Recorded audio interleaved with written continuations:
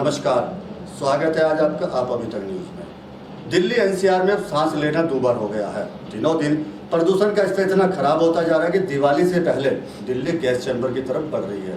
लोगों का मानना है सरकार को प्रदूषण को लेकर ठोस कदम उठाने चाहिए। हालांकि दिल्ली सरकार भी प्रदूषण को लेकर परेशान है। लोगों को प्रदूषण के चलते परेशानी ना हो, इसके लिए कदम उठाए जा रहे हैं। आइए जानते हैं क्या कहना है दिल्ली सरकार के मंत्री गोपाल राय का।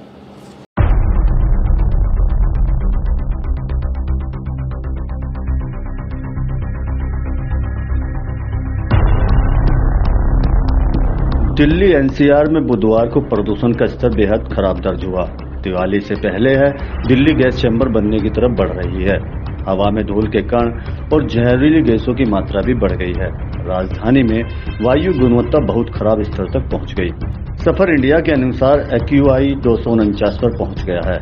दिल्ली के स्थानीय लोगों ने कहा कि दिवाली से पहले इतना प्रदूषण है, लोग परेशान हैं और सरकार को कुछ उपाय करने चाहिए। बीते मंगलवार को दिल्ली का AQI सोनीपत के बाद देश में सबसे अधिक दर्ज किया गया। देश के 252 केंद्रों में मंगलवार को सोनीपत, दिल्ली, जींद और श्रीगंगानगर में AQI बेहद खराब रहा।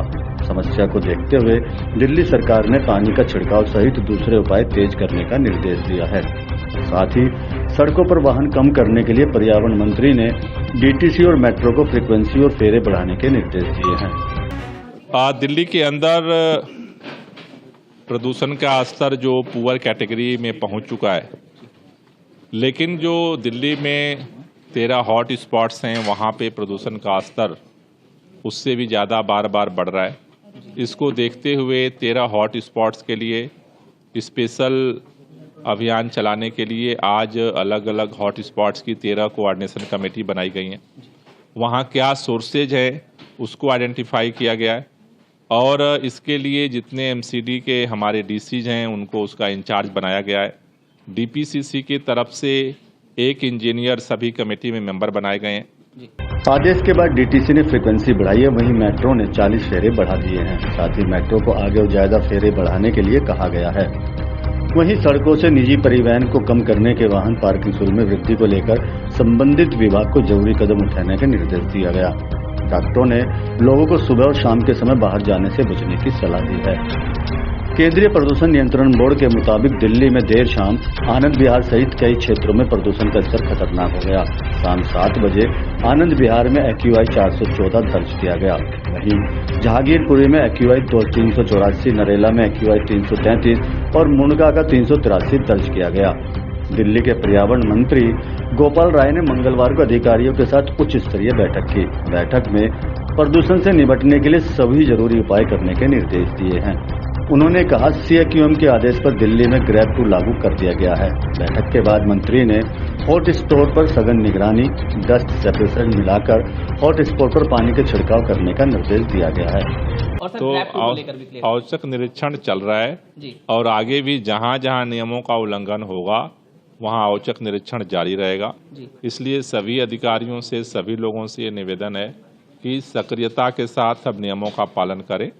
अभी चूंकि एयर क्वालिटी पुअर कैटेगरी में है तो ग्रैब के लागू होने के ऑलरेडी CAQM ने दिशा निर्देश जारी कर दिए हैं।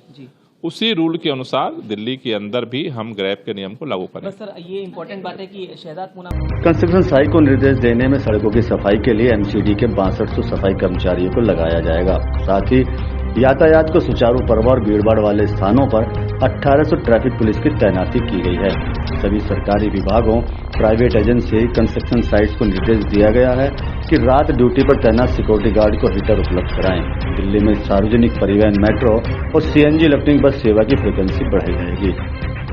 PWD को आदेश दिया गया वे मोबाइल एंटी स्मोक गन की तैनाती निर्माण कार्य स्थलों तथा धूल वाले स्थलों पर भी करें।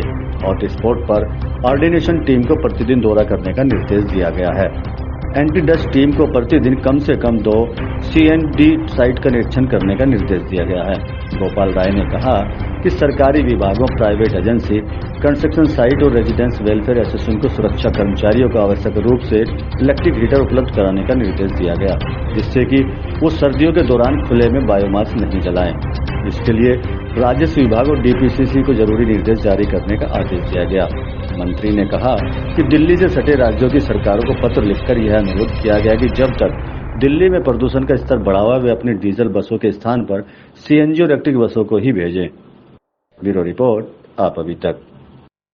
आज के लिए बस इतना ही, फिर मुलाकात होगी नई ताजा खबरों के साथ।